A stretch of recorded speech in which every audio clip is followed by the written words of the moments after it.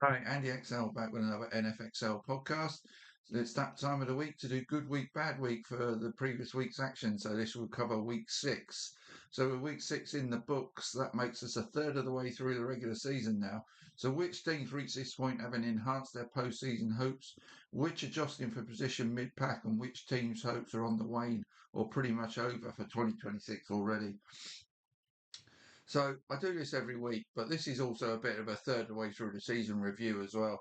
I'll start with the teams that have had a good week, starting with a team I see as having had the best week of all, and then switch to those who week six was one they flopped in, starting from the team that had the worst week.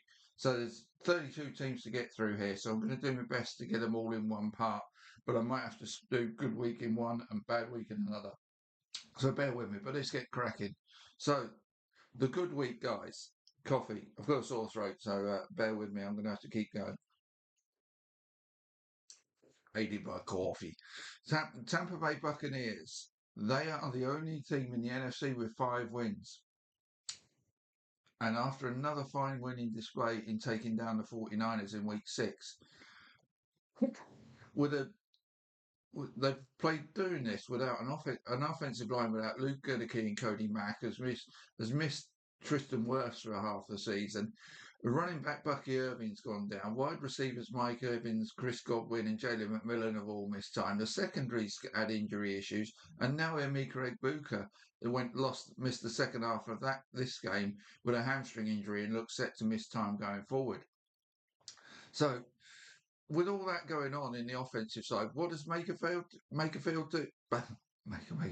Baker Mayfield do after that? He shrugs, says no problem, and gets his Johnsons out.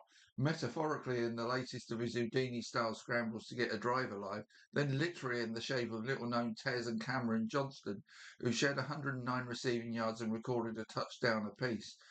So it's just how are they doing this? The defence led by the superb Vita Vea also caused havoc to Matt Jones and co, and they're without Khalid Kansi as well, to give the Bucks the win in the battle of the depleted NFC leaders and get them another win closer to the postseason. And right now they do so as clear top seed in the NFC. That Egbuka injury will hurt them though, unless they can get positive news regarding him, and it doesn't sound positive at this point. And some of the others that missed that game too, Chris Godwin looks like he's definitely out for the upcoming game for starters. So surely they will need two or more of their primary weapons to play if they are to win in Detroit in week seven on Monday Night Football, for instance.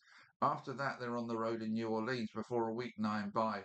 Win at least one of their next two, and they can come out of that bye on at least 6-2, and hopefully start to get a lot healthier. They've got to get a break at some point. So a good week for the Bucks, but the prognosis going forward, whoa. Right, Indianapolis Colts. Like the Bucks in the NFC, the Colts now stand alone at the top of their conference standings, following a win over the Cardinals that takes them to 5-1. In truth, this was not their most impressive performance of the season. They trailed by 7 going into the fourth quarter, but turned things around as good, confident teams tend to, with a 14-3 final quarter. That's a sign of a team that's got real belief in themselves. Jonathan Taylor was the offensive star of the show again, along with rookie tight end Tyler Warren. Taylor had 137 scrimmage yards and a touchdown. Warren led them in receiving with 63 yards and a visit to the red zone. Apart from a bad interception, Daniel Jones had another solid game too here. And as the game wore on, the Colts' pass rush became more of a factor in disrupting the Cardinals' passing game and putting almost relentless pressure on Jacoby Brissett at quarterback. This was another strong all-round performance by the Colts, and with the AFC looking more and more like it does not possess anywhere near the strength of the NFC, their hold on the one seed in this conference may be one they can tighten as the season progresses, yet alone people question can they keep it? They might even strengthen it. How strong those claims are will be first tested by one of the teams a game behind them in the standings in LA against the Chargers in week 7. Then they need to beat the Titans in week 8 before another road game in Pittsburgh in week 9. But all good for the Colts at the moment, more than good in fact. If you'd offered them this at the beginning of the season, they'd have run over the hills as quick as they could with it in their possession. Right, on to the Pittsburgh Steelers. Speaking of the Steelers from previously, they now have the biggest divisional lead, 2.5 games, of any team in the NFL after their comfortable win over the Browns in Week 6. They continue to make hay whilst the proverbial sun shines, getting wins they should get over teams they should beat, whilst the Bengals and Ravens continue to toil. They were the only AFC North team to win in Week 6, and unless one of the other teams in the division gets going, they may not need to do much to win the AFC North and walk into the postseason. They're now 4-1, and who knows, 9-8 could be enough to win the AFC North this season. The Bengals need to go 7-4 from here to reach 9 wins. The Ravens and Browns both need to go 8-3 to do so. So if they can get to 9 wins, the Steelers have every chance of clinching this division. With Joe Burrow out until at least December, the Bengals look long shots to put a run together. But if the Ravens can get Lamar Jackson back and their D in some sort of shape, they could still be a big factor in this division. The Steelers could hammer the final nail into the Bengals' hopes, though, by beating them in Week 7 before Aaron Rodgers gets to welcome his old Packer buddies to town 10 days later. If the Steelers can win one of those two to get to 6-2, that would put the if the Steelers could win 2 of their next 3 to get to 6-2, that would put the onus on the Ravens to beat the Bears at home and then win in Miami to stay within 3 games of the Steelers by the midpoint of the season. So all good for the Steelers, and it's getting better week by week as others just continue to fail. Right, good week. Kansas City Chiefs. Right, now the timing of this game was significant. Just think what the Chiefs were facing when their game kicked off. They were about to play the team in the best form in the NFL, the Lions, having watched the Colts go 2.5 games clear of them in the AFC overall standings. Both the Chargers and Broncos had won in their division, meaning they trailed both by a game and a half in the AFC West. And they were also out of the wildcard burst by the same 1.5 game margin. So a loss to the Lions on Sunday Night Football, they would have dropped 3 games back of the Colts and 2 games back of both divisional leaders and the AFC wildcard berth. So the pressure was really on. But like the team of the decade they are, they stepped up and got a massive win that keeps their divisional hopes and wildcard chase firmly on the agenda. I said in my Week 6 preview the Chiefs would need a vintage Patrick Mahomes performance to win this one, and that is what they got as Mahomes took advantage of the beaten-up Lions secondary to pull away for what in the end was a reasonably comfortable win. Travis Kelce had his most productive yardage game of the season, and Chris Jones was dominant on the defensive side too. When the going got tough, the tough got going in the guise of the Chiefs' big-name players. But they're still playing catch-up in the standings, so with 2 more games upcoming against the Raiders and Commanders, they must look to make it a home hat-trick of wins if they're to get closer to those ahead of them in both divisional and wildcard races. But they're right back on track now, and that must be a huge boost for them, that win over Detroit. Another team who just keeps climbing and climbing, good week for them, the New England Patriots. Now, I tipped the Pats to make the postseason in our pre-season preview, and also said that given the number of changes they made in the off-season, would only get better as the season progressed. But they have gotten better early and are already in possession of a wildcard berth after 6 weeks of action, and are tied at the top of the AFC East with the Bills, who they look a real threat to in that division now. Now, this win was far from perfect against the one-win Saints, who helped the Pats out a lot in this game with drops, penalties, poor coverage, etc. But the Pats did not make those sort of errors and have quickly become a fundamentally sound team, who, by the way, have a young quarterback who is playing like a superstar right now. With the Titans and Browns up next for the Pats, 6-2 looks definitely achievable for them as we head towards the midpoint of the season. Can you hear something scary in Buffalo this Halloween? Those heavy steps and that noise are those of the Patriots breathing down your neck. Right, good week for the Atlanta Falcons. Bijan Robinson was known to be really good, and he is the latest to take advantage of the Bills' lackluster run defense. But his numbers throughout this season are moving him into the superstar category, and for me, into MVP contention. And the defence, most notably the D-line and pass rush, is getting stronger by the week too. They had 4 sacks and 6 hits on the elusive Josh Allen in this one. With this win, they stay second in the division, a game and a half back of the Bucks, and half a game out of the wildcard spots in the NFC. They have tough road games in San Fran and New England, either side of a home game with the Dolphins, and need to target two wins or more from those games to move up the standings by the midpoint of the season. Right, Green Bay Packers had another good week. In truth, the Packers' win over the Bengals was workmanlike, and they made hard work of putting them away at home. So there is nothing to put out the bunting for about this win on its own. What makes this a week of note for the Packers is they won and the Lions did not. And those two facts mean the Packers now hold a half-game lead in the NFC North. Nothing to write home about performance-wise, as I say. And in the next 3 weeks, they host the Cardinals and Steelers before a home game against the Panthers. They travel. Yeah, they've got the Cardinals and Steelers and then the Panthers in short. The Cardinals and Panthers games have real wildcard significance.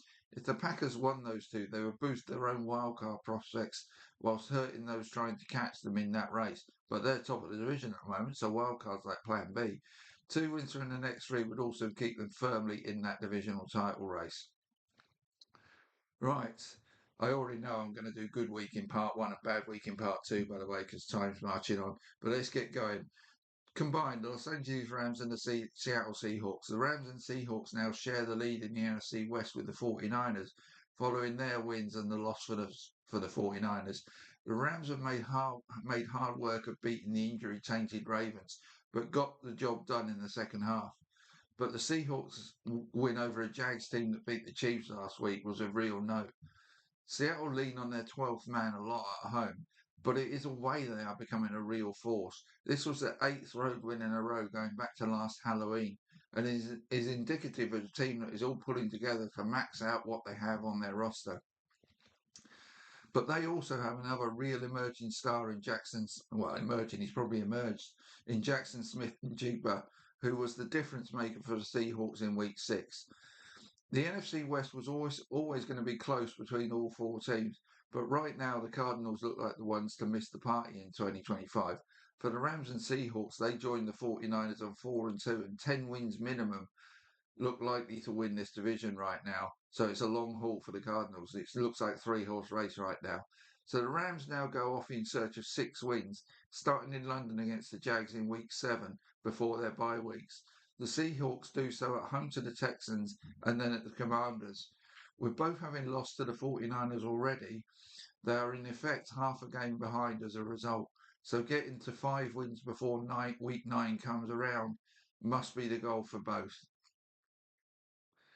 But they both had good weeks in week 6, as did the Chicago Bears.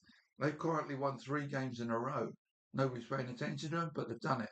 The last 2 in workmanlike fashion, and are now right back in the mix for both their division and the NFC wildcard race. And with Caleb Williams really finding his NFL feet now, there is plenty to like about this Bears team going forward. It still feels like this may be a year or two too soon for them to be real challengers, but there are more than shoots of optimism beginning to be seen from them right now. Can they keep the run going at home to the Saints in week 7 before road trips to the underpar Ravens and Bengals, which will take them to the midpoint of the season? Win 2 of the next 3 and they will be 5-3, and they would have taken that pre-season another team that would have been more than happy to be in that position. So that's where the Bears lie. Right, quick drink. Carolina Panthers. The Panthers has been getting better recently, and I thought their game with the Cowboys in week 6 would be a close shootout. In fact, I scored the score right, just the wrong way around. And thus it was. But the Panthers came out on top. I had the Cowboys to win it by 30-27, the Panthers did. And were the latest team to exploit the awful Cowboys D. Despite this win, they still lie outside of the wildcard spots in what will be a tough race to win in the NFC, so need to beat more teams ahead of them in those standings, especially as they are still 2 games back of the Bucks in their division. But before they face 2 AFC teams in the Jets and Bills, if they remain at 500 after those 2 games, they now face 2 AFC teams in the Jets and Bills. If they remain at 500 after these 2 games, they will still be well in the wildcard race ahead of facing 9 NFC opponents in the remainder of their schedule. So the back half of the schedule is really where they need to get their head down and make ground in that wildcard race. Right. Um, the Chargers and the Broncos, they both had wins this week. As I said earlier, they now in a three-way tussle with the Chiefs in their division. Neither of them were convincing. The Broncos win was just downright ugly, basically, over the Jets. And the Chargers needed that miraculous last-minute play from Justin Herbert to get past the Dolphins. So neither played pretty well in week 6, but it's a good week because they got the win. They're still ahead of the Chargers. They're still ahead in the wild card races. They need to revert to that plan. So good weeks for both of them. The New York Giants, well, it has to be a good week for them, having pulled off the big shock result of the week by beating the Eagles on Thursday Night Football. But really, has it helped their overall position a great deal? They remain bottom of the NFC East, albeit were the only winners in that division this week and are now within 2 games of the division lead. It also only lifts them 1 spot in the NFC conference standings to 15th, meaning the wild card hopes are still pretty slim indeed.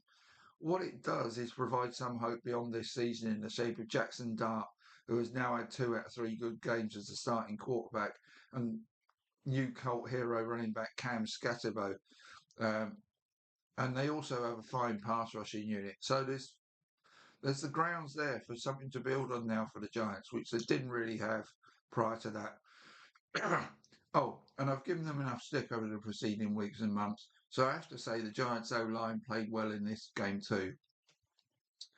Right, the Las Vegas Raiders. The Raiders were always in control of the Titans to get their second win of the season, but the 2 bits of bad news are they will not play the Titans every week, and that all the other teams in the NFC West also won, basically meaning they are little or no better off than they were going into week 6 after it has come and gone. So that's the 15 teams that won in week 6, who therefore by definition all had a good week. I'm going to wrap up part 1 of my good week, bad week there. I'll crack on with recording part 2, which is the bad week guys, which also include both teams that were on bye, who I don't think things went their way whilst they were resting up. So I'll get back to that one very soon. Right, enjoy that one. I'll see you soon.